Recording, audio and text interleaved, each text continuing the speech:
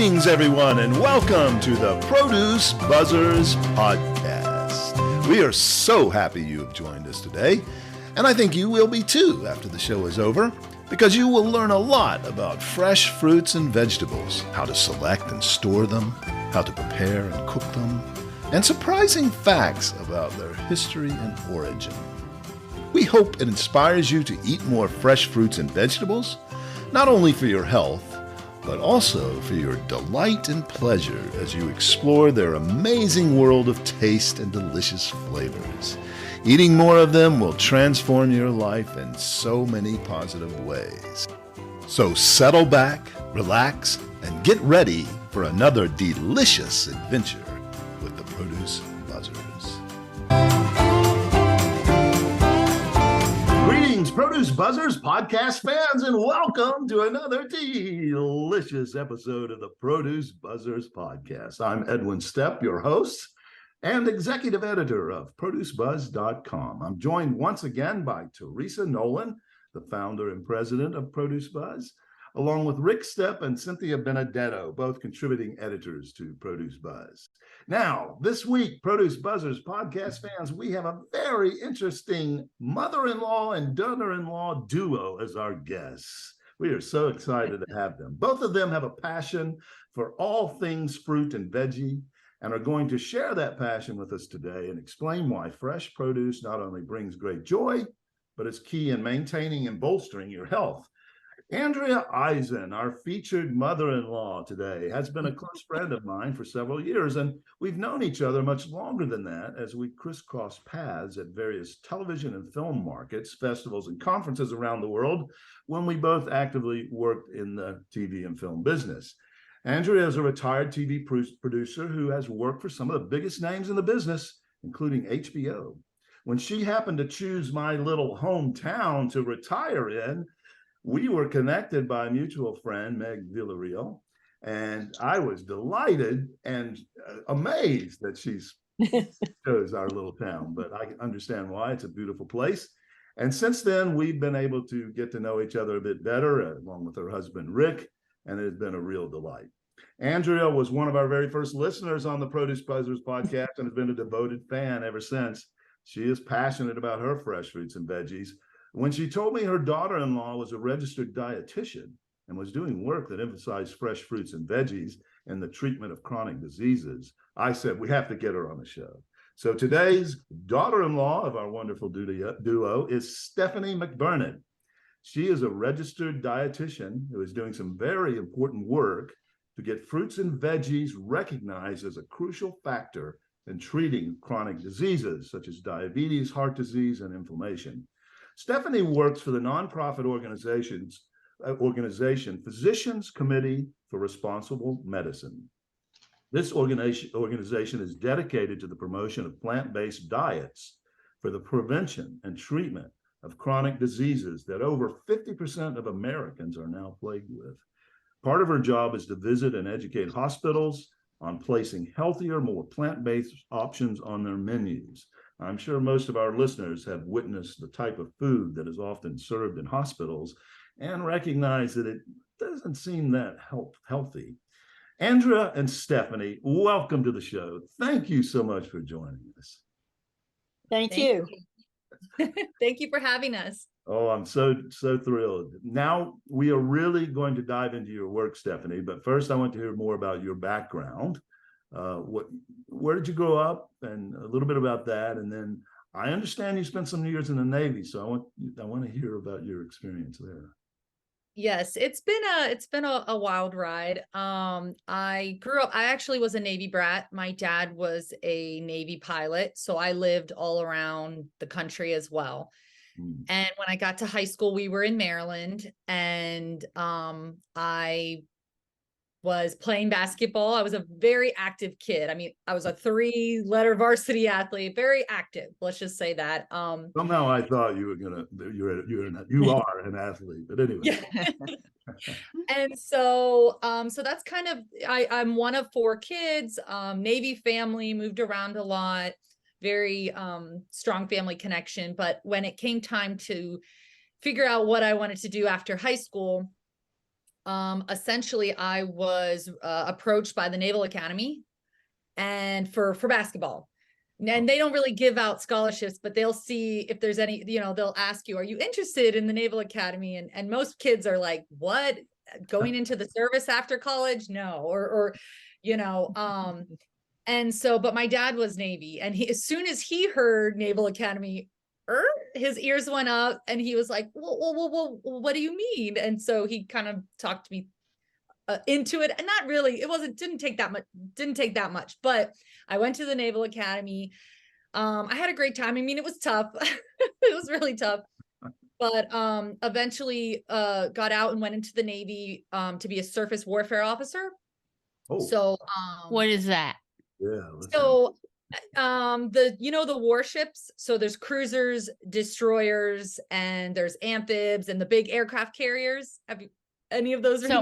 So first of all, thank you for your service, and I thank your father for his service. And my mom was sorry. Go ahead. And her husband.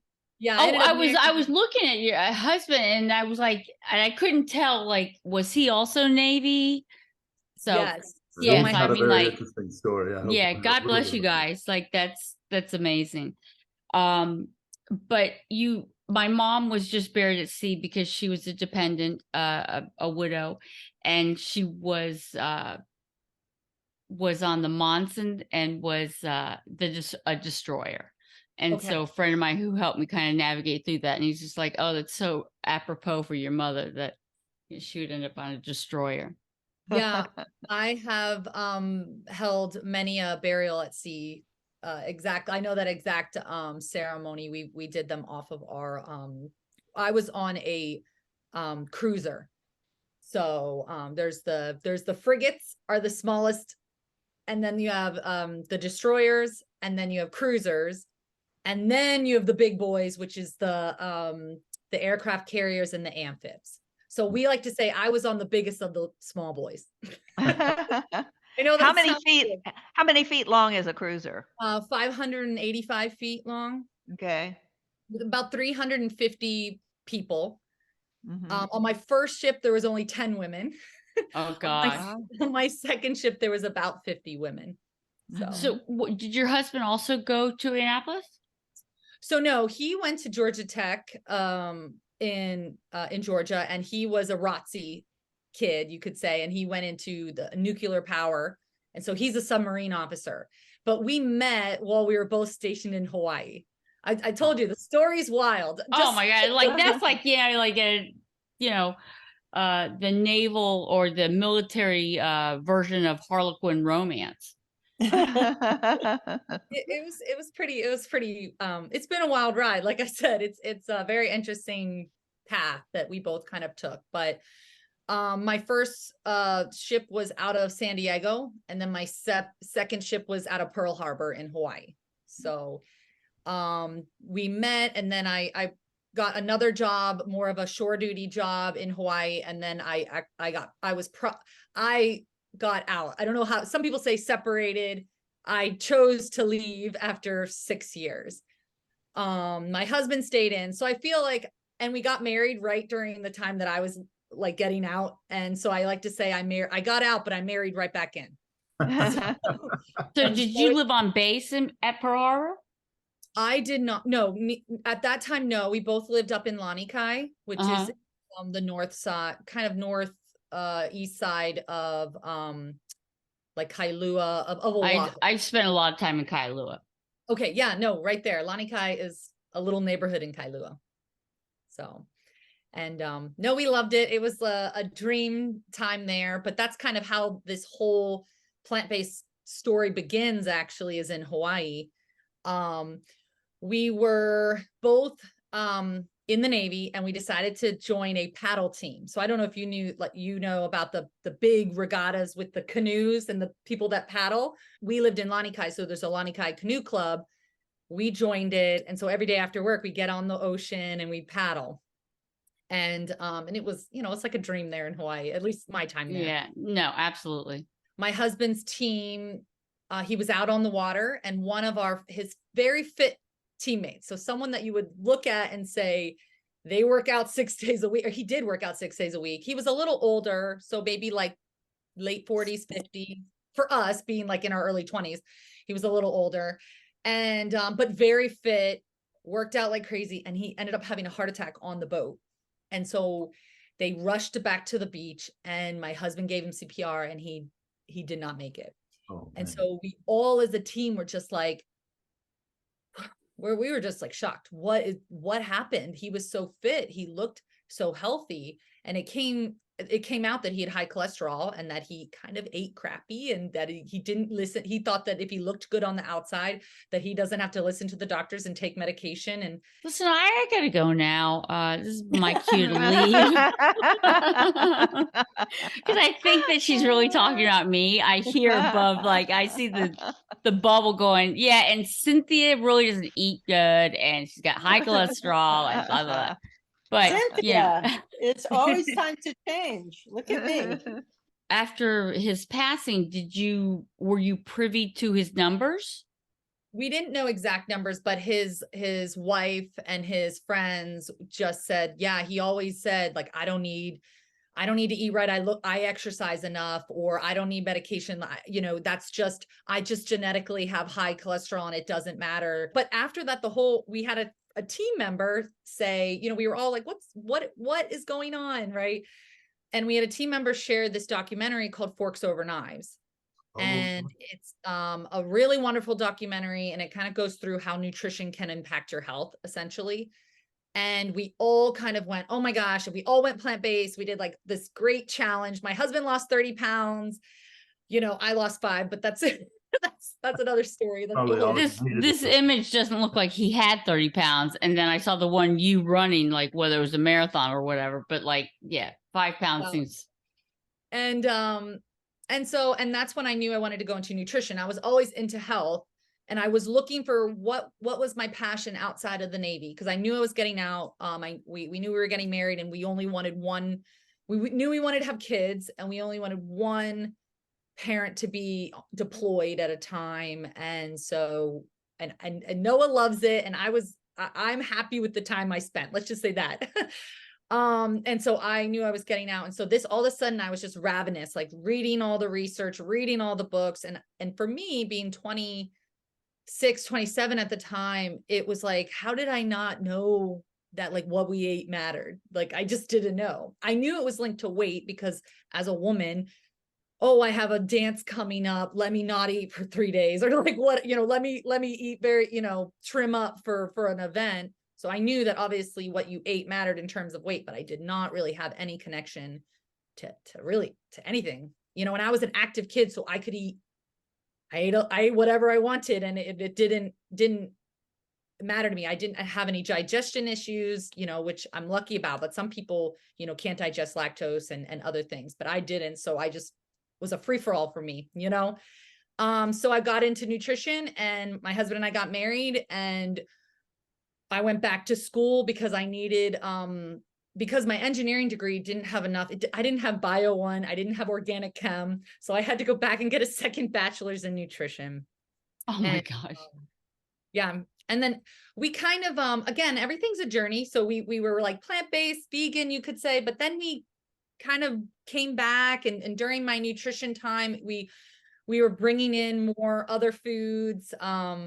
And then my daughter, I had a daughter, and when I was still in nutrition, I was still going back to school. I actually brought my first daughter, she was 8 days old, and I brought her into an anatomy and physiology exam at 8 days old. Oh, wow. I was taking my exam and like breastfeeding her. So She stayed quiet through all of that. You know what? She fell right asleep. Oh. But so it was a journey. It took me a while, because I had 2 children while getting my second bachelor's. And but during this time, my daughter had my oldest daughter, she had a congenital heart defect, and so she needed open heart surgery. And so as a mother, you're grasping at straws. What can I do? How can I help? How can I make it better? You just want to fix it. You just want to make everything better. And when it's genetic, you really can't.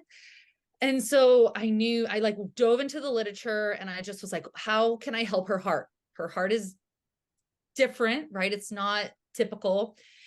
And all the literature said that the most heart healthy diet is the more plants you eat, the healthier it is for your heart.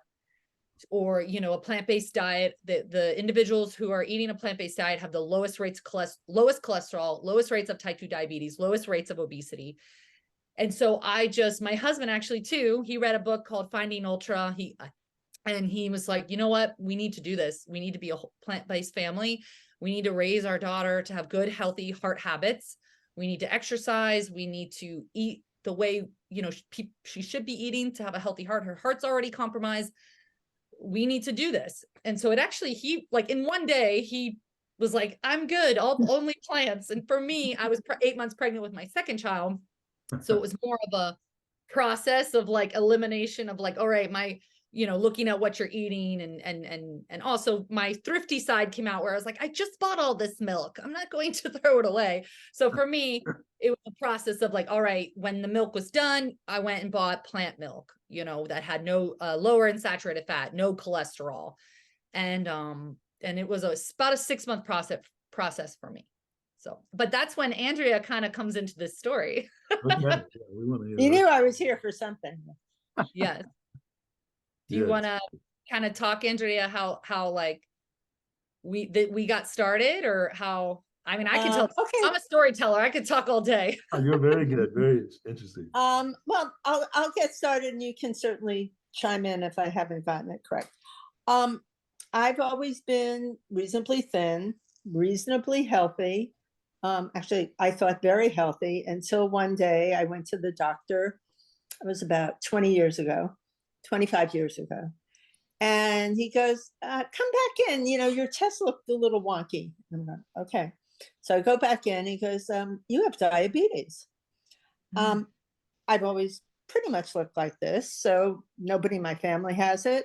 It's type 2, it's not type 1. So, I got put on a regimen of medications and off I went, not thinking anything about it, avoiding, and I don't eat a lot of sugar and I don't eat a lot of processed. Even before you were diagnosed, you didn't eat a lot of the sugar, right? No. Give me a good piece of bread or steak at the time or some cheese. I would be known to come back from those conferences where Ed and I were with a suitcase filled with French cheese. Oh, yes. And everybody on the plane was ready to kill me because after a while it did start to smell. Anyway, so I went along and took lots of medication, and I finally went to a new doctor, and he said, wow, you are over medicated. This is ridiculous. So he took me off of some, and I still kept on it. And then when I started talking to Stephanie about it, as she got more acquainted with the information, she said, maybe you should stop eating fat, dairy, meat. Those are the things that are really critical to a diabetic, not so much the sugar. In fact, you can eat fruit, you can eat vegetables, stay away from the saturated fats. That's the real culprit. And so I did. And I lost quite a bit of weight, not intentionally, just because I was very strict. I've since become a little less strict, but that's due to being my age and wanting to stay healthy and strong. But anyway, and then I started practicing yoga and I started practicing Pilates. I walk every day. So I was doing everything I needed to do. And I went to my doctor and I said, I'm really taking too much meds. He goes, I said, I'm plant-based. My numbers are good. Let me get off of one of them. Then I started feeling like getting cramps all the time in my legs. And I read up and it said, cholesterol medicine does that. So I stopped taking my cholesterol medicine, and my next checkup, I said, so how's my cholesterol? And he goes, great. I said, good, because I stopped the medication. So now I am down to 1 pill a day. And then I'm also have a thyroid condition. And I don't know that that's a food related thing. When you said the medication, was that just specifically for cholesterol, or was that trying to lower your blood sugar, or what? It was for diabetes, for blood sugar. I was taking metformin and glipizide, and then I was taking, I forgot what cholesterol Like low. Lipitor, something Yeah. like that. Mm-hmm. And I had read that that was probably contributing to my leg cramps. So Right, that right. so I stopped that. And my blood sugar, I tried to go without it completely, but that doesn't seem to do it. But I maintain perfect health. In fact, yesterday I went to the doctor and he goes, whatever you're doing, just keep doing it. So, that coupled with always loving fresh fruits and vegetables. When I moved to Florida, lo and behold, in the winter, you could go tomato picking and veggie picking in the farms and stuff like that. And I really have always incorporated it into my diet and introduced it to my husband's diet. That's a whole other story. And anyway, so I had a garden in my house in Florida, and then we moved up here, and my eyes were open to some of the best produce in the entire universe. The soil, everything about it creates wonderful fresh food. And it surprised me that almost everybody was still going to Ingles or Harris Teeter and buying their packaged vegetables, even in the summer. I mean, why would you buy tomatoes in the supermarket if you could go to the farmer's market for half the price and get something that was just picked? So I now have a garden here, and my garden is just about over, but I've supplied myself with and family with all sorts of good stuff. So I pretty much eat, many, many portions of fresh fruits and vegetables every day. I eat a little bit of fish. I'm not oil-free, which a lot of the whole food plant-based dieters are, but I feel there's some things I can't give up. Well, but I think it's made a tremendous difference in the way that I feel. I'm incredibly healthy, strong. As I said, I worked out, but living here and having Stephanie to call at any given moment has really changed my life. Yeah, I remember. Oh, go ahead. Yeah, go ahead. I just remember the story. I think it was December of a few years ago, and you were like, all right, I'll cut back on my meat and cheese, because that's you were fresh fruits and veg, but and then when I said just eat more fruits and veggies, you were like, well, I got that, I love fruits and vegetables. And I remember you were like, oh, I just halved my medication. She's like, maybe I'll try it all the way. And then the next time you went, you lowered your medication again. And then you've kind of been staying at that very, very low level, which, at some point, medication if you need medication, you need to take it, but you're at that sweet spot of getting rid of medication as you get older, which is not common. Right. So we want to spend our time on you, but Teresa has a similar story, and I'd yes. like her to tell you, because I think you both be inspired by well, it actually sounds like Andrea went to the Pritikin Center in Miami, which is my cholesterol started getting a little high, and I just did not want to go on medication. So I went to, I signed up for Pritikin, and it was really fascinating to see all the different, illnesses that came in there, diabetes, obesity, heart problems, things like that. And so within that, their philosophy is 10 servings of fruits and vegetables a day. They will let you have, fish like salmon or wild game.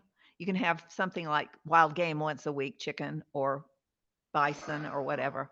The research, and he does a lot of case studies. He has kind of a book, and could say it's a diet theory philosophy, but right, essentially it's very close to plant-based.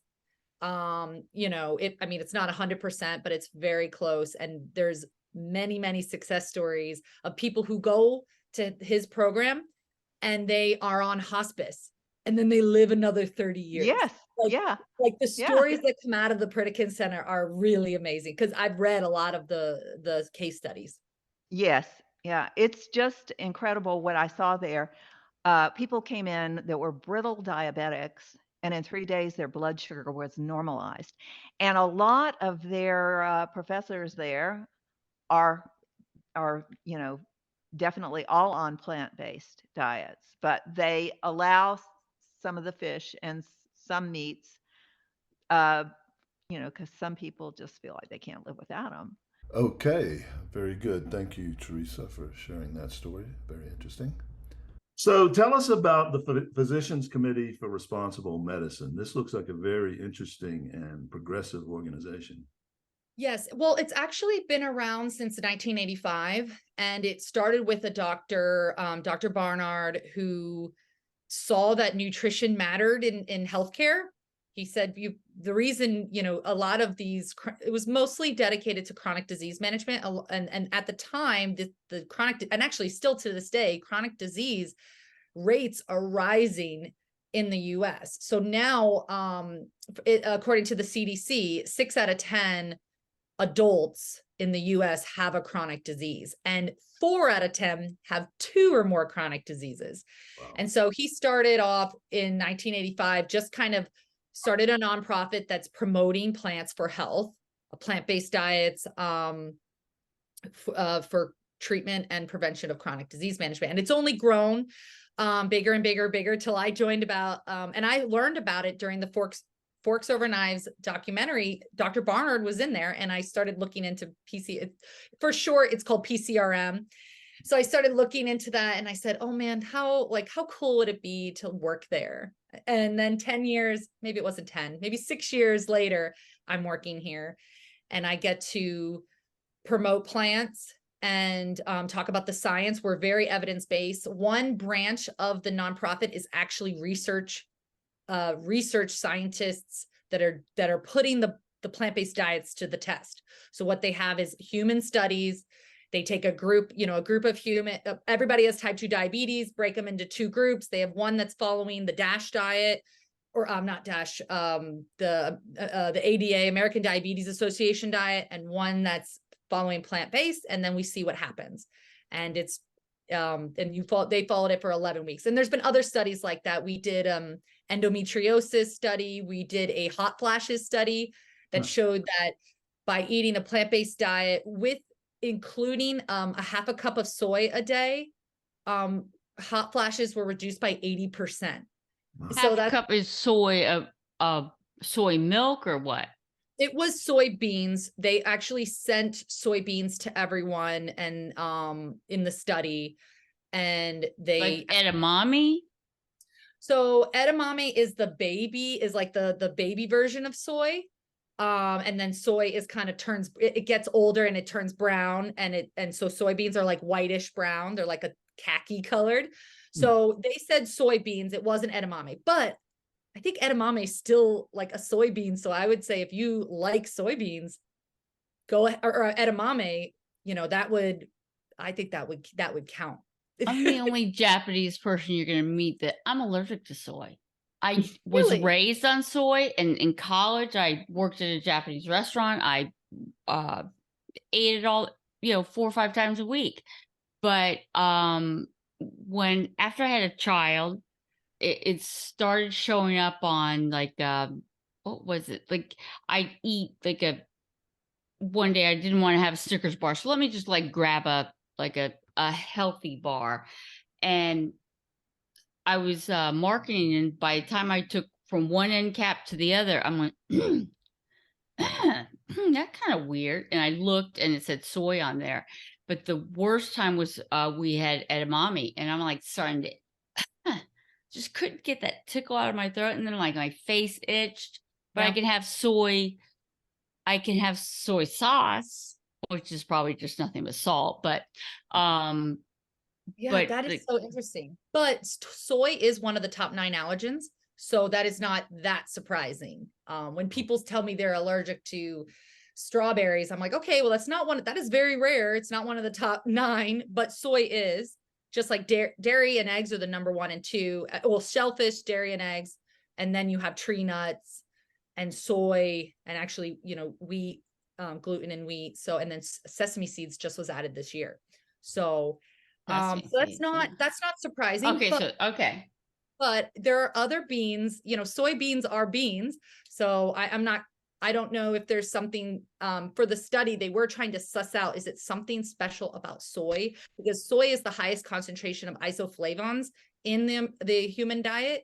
And so there is some discussion that maybe it's isoflavones that have positive effects on reproductive system. Sorry.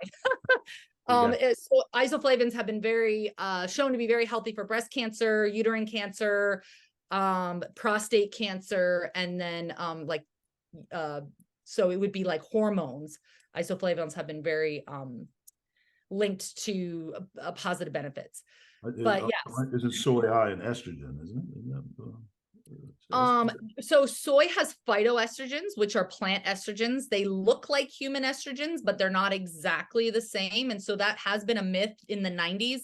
Yeah. That kind of went through that, oh my gosh, there's soy, or there's estrogens in soy, and estrogen raises breast cancer rates, or estrogen is has negative. Having too much estrogen is one of those hormones. You need the right amount, right? You don't want too much and you don't want too little. And so we found that, but if it's from plant-based, it's not yes, it's a different thing. Yeah. So it actually soy phytoestrogens have actually been shown to lower your estrogen levels back to a normal rate. So it's actually deemed, all the studies on humans with soy have either shown a positive benefit or a neutral benefit. There hasn't been any negative studies shown on soy on humans. Back in the 90s and 80s, they were like pumping rats with a bunch of phytoestrogens and with a bunch of soy, and they saw some tumor growth, but it hasn't panned out in human studies. So. That's interesting. Oh, back to the physicians committee. Sorry. Responsible medicine. No, this has been good. This is excellent. PCRM. I'm going to get real hip. There you go. Are you familiar with the Produce for Better Health Foundation? Have you guys worked with them at all? So we have worked with organizations. I know it's like Food as a Prescription. Yeah. I am not sure about exactly the one you're talking about. We know them well, interact with them well. They are actually a division of the International Fresh Produce Association. They were started what used to be called the Produce Marketing Association. So we've had a lot of good contacts with them. We've had their president and CEO. She's moved on from now, but she was on our podcast a couple of times. But a lot of the work they do sounds very similar. But they do a lot of research. They sponsor a lot of research. I don't think they actually do it there. But one of the things that I was impressed with was their behavioral research, because, one of the things they've identified is, well, a lot of people are aware they need to eat more fruits and vegetables, but how do we actually motivate them? Is PCRM doing anything in the behavioral side to try to push people? We are working in a few different angles, and not to say that in a bad way. I think it's great. We try to increase plant intake in many different ways. One is we're trying to do policy change. We're trying to actually make the dietary guidelines talk about increasing fruits and vegetables. So from a policy side, and having them clear up the language in the dietary guidelines, as well as we work with local governments on like if a school system wants to have a meatless Monday, or if a school system wants to have plant-based options, or hospital systems, having better plant-based options. So we have kind of our government side. We have a government affairs angle, that's just one way of behavioral change, right? Is to have someone tell you, you got to do it. Or your environment, like if there's a tax on, or if, let's say, added sugar has to be lowered by 10% in all products in my state, that is a way that the individual doesn't have to make that decision. That decision was made for them. So that's one way of behavioral change, is like you're circumventing the human.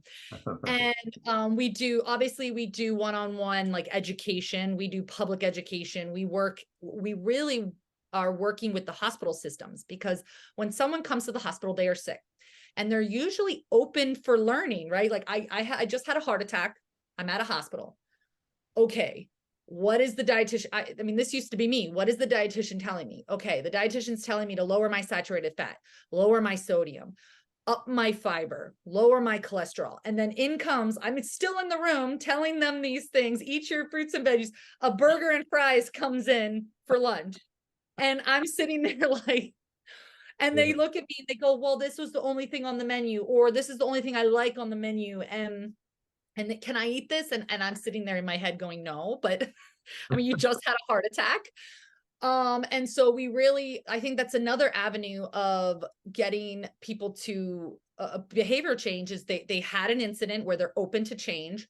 And then you have a hospital that is serving the food that you should be eating, kind of giving you, using the hospitalization as a teachable moment, right? And then maybe when you leave the hospital, they leave you with either an outpatient, recipes or an outpatient dietitian to follow up with, which I'm pretty sure that most hospitals are not doing that. And so we are working with hospitals nationwide to kind of bolster this nutrition side, this hospitalization as a teachable moment. What's been the reaction there? Do you find that the medical industry or profession is warming to food as medicine concept, or Warming Well, slightly. I'm sorry. It's warming very slowly. Well, that's why I used the word warming, because I knew it wasn't. It's warming. It's just, I will say, we do also teach medical students. We have a whole department that goes to medical students and tries to reach the doctors before they become doctors, because once we find that doctors out in the field, most of them are just going about their business, signing prescriptions as, oh, this is high, let's sign a prescription. I don't have time to talk to you about nutrition, and you're not going to follow it anyway. So why would I tell you, otherwise? I mean, we're trying to combat that, but that's kind of what we're seeing. But I will say we have some hospitals in California. There is hospital Shands in Gainesville, Florida, that has a fully plant-based menu for their cardiac patients. We're working with hospitals in Pennsylvania and in DC, and then New York. I don't know if you've heard this, but all New York City hospitals now have a plant-based default menu, no matter what. So if you go to the hospital, you're getting a plant-based option.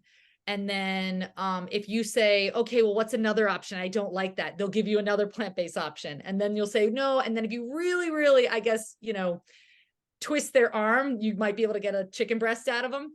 But but the base level, all the menus, if you don't, are plant-based, and they have shown not only saving money because plant-based foods are cheaper, beans and rice and oatmeal, and these vegetables, tubers, potatoes are a whole lot cheaper than meat and dairy. Going back to what you said about behavioral change, the physician PCRM actually has we train food for life instructors, because we know that, they go, Stephanie, I hear you talk all day. I get it. You talk about more fruits, more veggies, reducing, eggs, meat, and dairy, but how do I do it?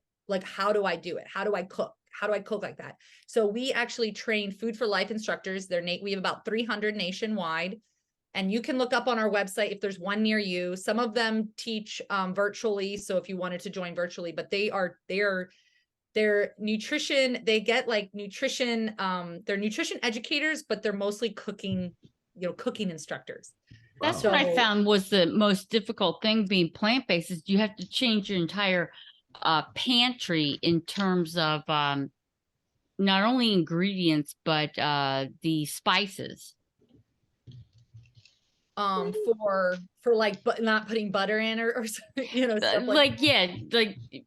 reaching for yes, because plants are not as delectable as processed foods. You probably have talked about Bliss Point on this podcast about how the industry is just making processed.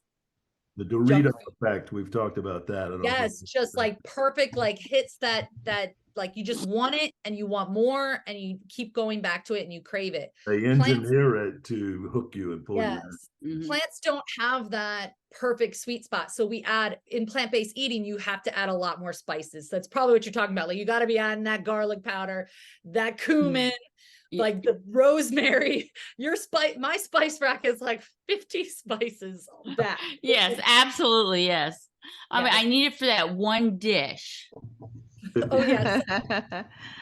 I think some grocery stores, you can go and buy just a small quantity of spices. Mm-hmm. At least you used to be able to anyway. And you don't have to buy the whole bottle.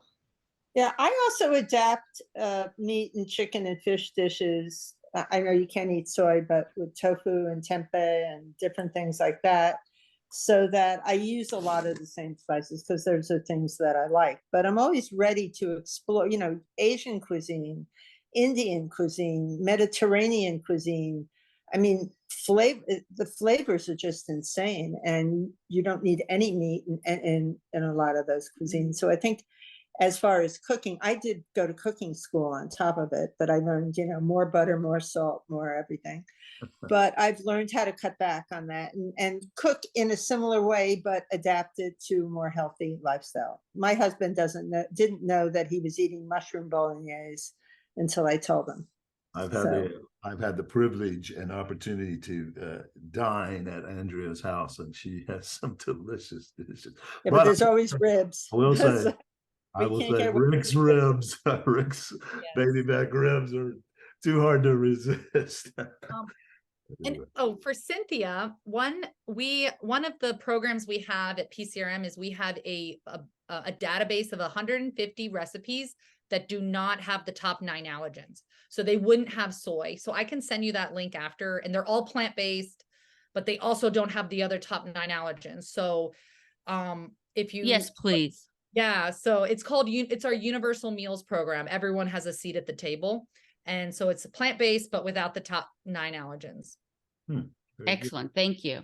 I'm always looking for inspiration, whether I'm cooking, it doesn't matter what choice of protein I have, or, and to your point, Andrew, like when I visit our child out in California, it's like going and getting really good Indian is like, oh, quick pop up in and out, and Mexican food is in a different category in California, and just the ease of different cuisines that are really, really good have, I think, mushroomed probably in the last 20 or 30 years. But I find that if it's easier, then you can incorporate that into your diet regularly. That was a great tip about the menus without the allergens. What other tips do you have for our listeners to get more fruits and veggies into their diet? Okay, so I have a ton of little techniques, because I talk to people a lot about eating less meat, because that seems to, it's in our brains now that meat has to be on every plate, and At the that center of the plate too, when we look at the dietary guidelines, it says protein, but it used to say meat. So now it says protein, and then has like a list, but we all kind of think that. So some of the tips that I give to people, one of them is just the crowd out. I call it the crowd out. Just when you're putting the other healthy foods on, like let's say it's roasted sweet potatoes, which actually have a ton of protein as well. And then you have your asparagus. Just put a lot more of those on your plate and start making your meat portions smaller. I mean, that is when you go to the store, you normally buy, 2 packs of chicken breast. Just go and get 4. And, then your environment that you're in, your house, you just don't have as much, right? Or even just picking certain meals throughout the week that are 100% meat free. So like a lot of people talk about meatless Mondays. And then, I kind of started off with that. I made, I had my breakfast. I actually find, as a dietitian, most people eat basically the same stuff. Breakfast, people have about 3 options: a smoothie, toast, and cereal or oatmeal. They usually about 3 options for breakfast, and then lunch is about the same. It's like either leftovers or a salad or wrap. And then for dinner, I find people have about 7 options, for a week, right? 7 different options a week. And so, barring maybe that one Saturday you go out and go crazy and get Indian or something like that. And so if you start building your day where you make all your breakfasts are all going to be whole foods, you're adding, fresh, always have fruit at breakfast. That's just one of those things that you do. Lunch, always make sure you're having a salad or some sort of veggie in there with maybe some more fruit. And then planning dinner, I started off with just meatless Mondays. And then I ate, kind of animal products for the rest of the week. And then I was like, okay, I can do this multiple. So I did like my Mondays and my Friday, or Mondays and Thursdays. And then I was like, all right, Mondays, Wednesdays, Fridays. As I started experimenting on these days of meatless days, I started going, oh, I liked that, right? That was a good one. I'm going to keep that in my bank of good plant-based recipes. And then maybe on Wednesday I had something and I'm like, that was too hard. I was not able to get like the taste, the flavor that I wanted. That one I'm not doing again. And then the next week, you just start building this library of recipes. And I'll tell you, for ease, my family, we kind of have a set menu during the week because we have so much going on. My husband works full time. I work full time. We have a cat, a dog, 2 kids in school with 100 activities. That Mondays is always like a pasta day, whole wheat pasta. Tuesdays is always a bean and rice dish, like kind of like a Mexican dish. Wednesdays, we always do kind of leftovers, and the kids have like veggie dumplings. That's their dumpling day. And then Thursdays are usually like a tofu day of like a tofu and maybe an alternative grain. So like a bulgur or a quinoa or a farro. Fridays is our bean burger days. Saturday is our wild card. And, Sundays is kind of leftovers, getting ready for the week. So without fail, like tonight, what is it? Is it Thursday? Yeah, I know we're going to be having some sort of, I'm probably going to break out the quinoa and, have like some leftovers and I'll cut up some tofu and air fry it. And that's what we're going to have. So that's another way just to kind of always know that you're going to have something healthy if you are always planning to have the same thing kind of every week. Yeah. And, if you have enough in that rotation, as I call it, the foods that I fix, variation, it doesn't get boring, and it gets easier and easier to get it prepared and on the table and done quickly. So that's a great tip. Come up with menus that you can switch out. And, the other aspect of it is buying the groceries, because you buy stuff and you don't want to throw it away. So you've got to use it up. That's always a big part of the trick. I know you had asked me, I have a blog about the grocery store, kind of like 10 tips for the grocery store. Right. And kind of my first one is go to produce first, because that's the stuff that's going to go bad by the end of the week, right? Besides cabbage that lasts forever in your fridge. Right. But everything else that you're buying at that produce section is going to be gone. So you should just go there every time you go to the grocery store, immediately go there, because you know that everything's either bad in your fridge from last week, or you need that stuff, right? So that's the stuff you're going to eat first. Hit that up, get a rainbow, get your favorites, but add in maybe something extra. I mean, I know my kids, they will eat broccoli and they'll eat corn, like without me having to, kind of wrestle it out of them, right? So I always get those every week, and I'll implement them some way into the house. And then we buy something like asparagus. Actually, I bring that up because we just had it 2 nights in a row because we bought this huge amount.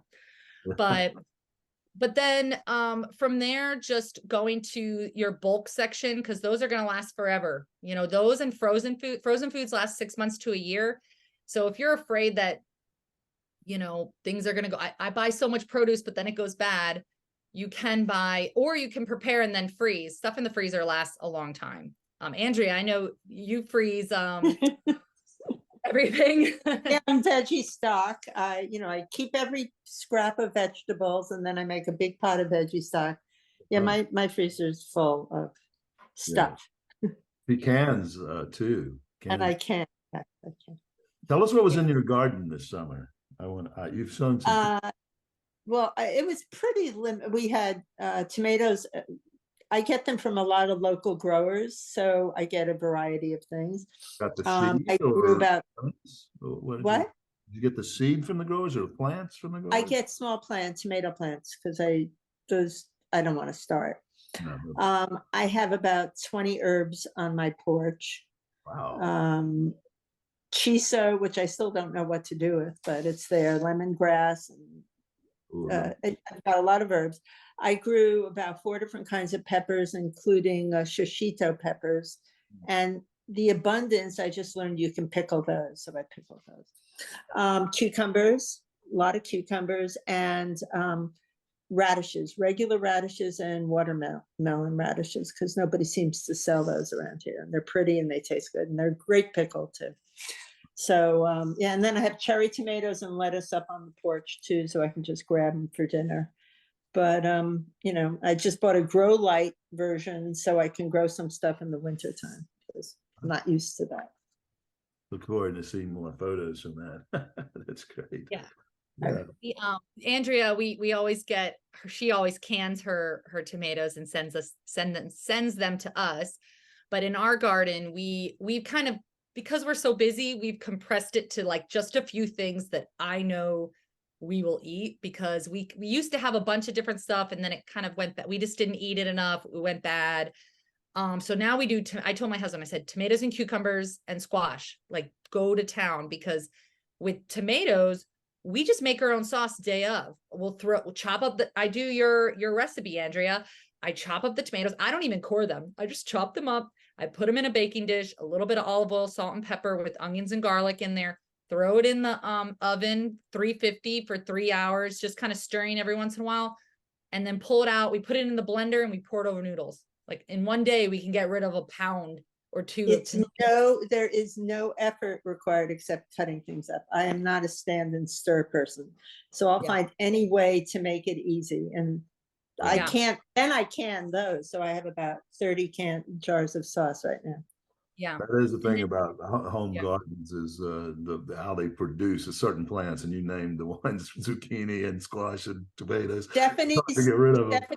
And Noah's tomatoes this year, though, it looked like a jungle. In fact, there's videos of the girls coming out from underneath the leaves with tomatoes this size. I mean, you've never seen anything like this. It was sheer bliss on my part. I feel like gardening is kind of like lost. It's not a lot of families do it really anymore. It's kind of lost. I don't know how to say. I just watched I've been reading about the blue zones for 20 years, maybe 10 years for me, but it's been around for 20 years. And one of the things is having a garden and being active and being close to your food that's being prepared. Right. And it's having longevity effects to be close to, and being a part of like actually growing healthy food. And it's actually been shown that kids are more likely to eat foods that they had a part in, like, so they either grew or they picked or they helped cook. Parents ask me all the time, how do I get my kids to eat healthy? And those are the things I say. Have a mini garden. They get excited. They'll try it. The kid will try anything that they made themselves at least once, so, or help with cooking or help picking out at the store. So I just think there's a little bit of a lost art of gardening. Right now we need to bring it back. Which reminds me of the mental aspect of eating healthy, the mental, the mood. There's been a lot of evidence coming forth showing that eating healthier will improve your mood, reduce anxiety, will give you a totally different mental outlook. What are your thoughts on that? So I know you had mentioned it before. And so in my initial thoughts in my head, I said, well, that makes sense. When you are eating healthy food that is good for your body, you're going to feel good about it. It's almost like a self-confidence boost. You're like, I just had a delicious salad that was good for my body. And so it's almost this cycle. I don't know if anyone in this call has been in a negative cycle of food. You eat unhealthy, you drink a lot, and then you wake up in the morning feeling bad, and then you want to eat unhealthy again, but then you feel crappy about feeling I've been there. None of us have been there. I don't know what you're talking about. I'm not judging, but I did look up to see if there was any actual studies, any meta-analyses on mental health and fruits and vegetables. And I found at least two in a journal called Social Science and Medicine. They did it's called the UK Household Longitudinal Study. So people in UK, and they looked at their responses. There was actually a dose response with how people felt with less anxiety and their mental well-being with the more fruits and vegetables they ate. So they just saw like a dose response of the families that ate the most fruits and vegetables had less anxiety and better mental well-being. And then in another journal, the Annals of Medical Research, they found that vegans and vegetarians have less anxiety and depression, and they have better cognitive restraint than people who have uncontrolled eating. And uncontrolled meaning they also ate meat. So that was just another, I mean, in my mind, that tells me that because you could see almost like it's a dose response. The more like omnivores eat, 10% from fruits and veggies. And then when you see vegetarians, they eat, 15%, and then pescatarians eat 20. So as an individual eats more, I guess they're taking more dairy and meat out of their diet, you could see their vegetable intake increase. You also see dose responses with cholesterol, with BMI. So the more, the only Americans that are actually, the whole majority is in the normal BMI range are the vegans. Even the vegetarians, pescatarians, their average is 28, 29. Their BMIs are in the overweight and beyond category. Statistic. Interesting. And that was from a study involving the Adventist 2 health study. So Adventists are actually known to take care of their bodies. That's part of their religion, is your body is a temple. But you can see that some of them are vegan and some of them are, I mean, they still, as we all know, religions, you have those that follow it very closely and those that don't, and then everybody in between. And so they looked at, okay, who out of the Adventists 2 that already kind of don't drink, don't smoke, who is in a normal BMI? And the only Adventists that were in a normal BMI with a BMI of 23 average was the vegans. Wow. So it's just very interesting. That's just one data point, right? We see that they had the lowest LDL cholesterol in that group. They had the lowest risk of type 2 diabetes in that group. So, but then seeing other studies like this, you could see that mental health, I think it kind of makes sense that the healthier you're eating, the more you just feel good about yourself. But there actually is research showing that, people independently said, I eat this many fruits and vegetables, and this is how I feel about myself.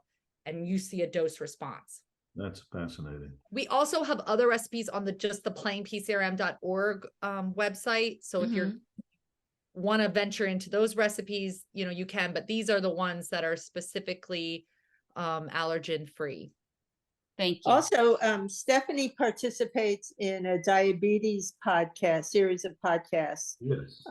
That she's often got some really good information, and the leader of it has been, plant-based for X number of years, and all of his symptoms went away. Everything, his whole family was riddled with diabetes and other complications.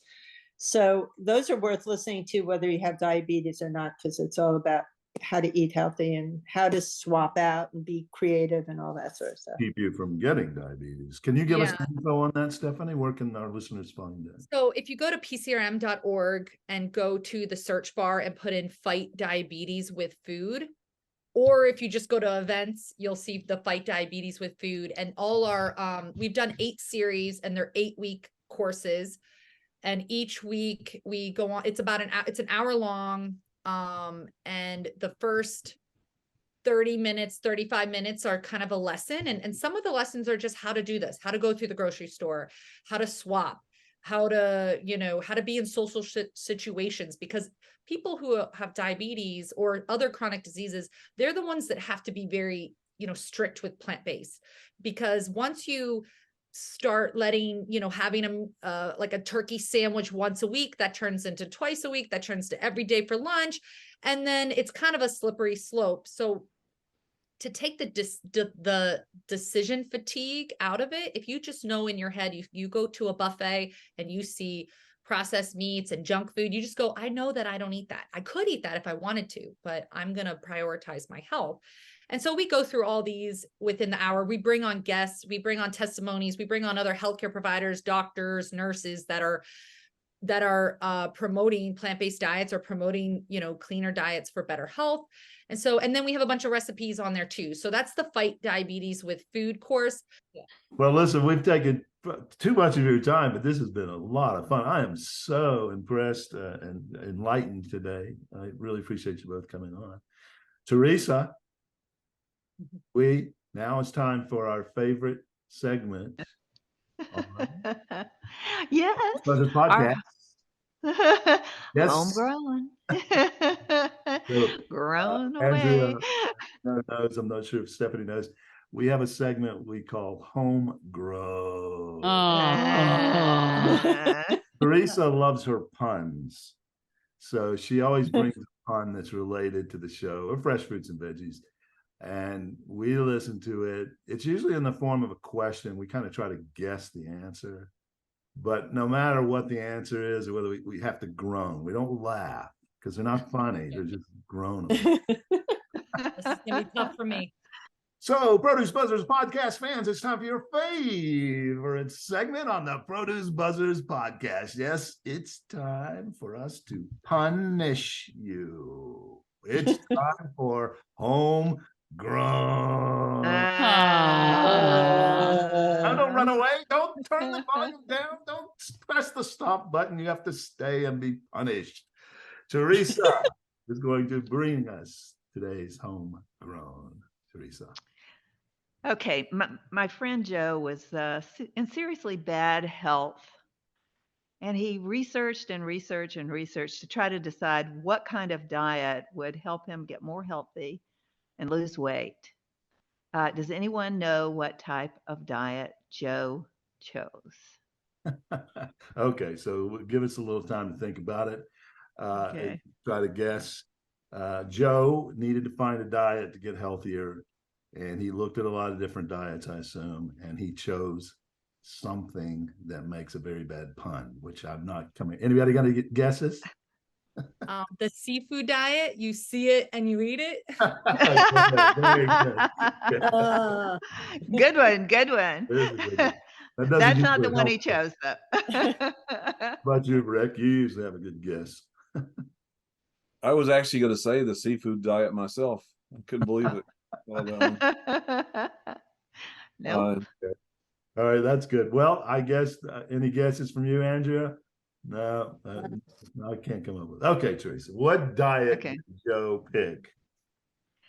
Joe picked the Dolly Parton diet, and it made Joe lean. Oh. Joe lean. Yeah, you get it, Stephanie. Oh, great. But thanks for sticking around for it. Thanks for not throwing any of those tomatoes at me either. Yeah. Well, this has been a delight, a pleasure, and wow, we are so much more informed and enlightened from both of you, Stephanie and Andrea. So thanks for joining us. Thank you. And thank you both so much. Thanks. Bye, ladies. Bye, guys. Thank you. Bye. Nice to Bye-bye. meet you all. Nice to meet Okay, you. nice. You too.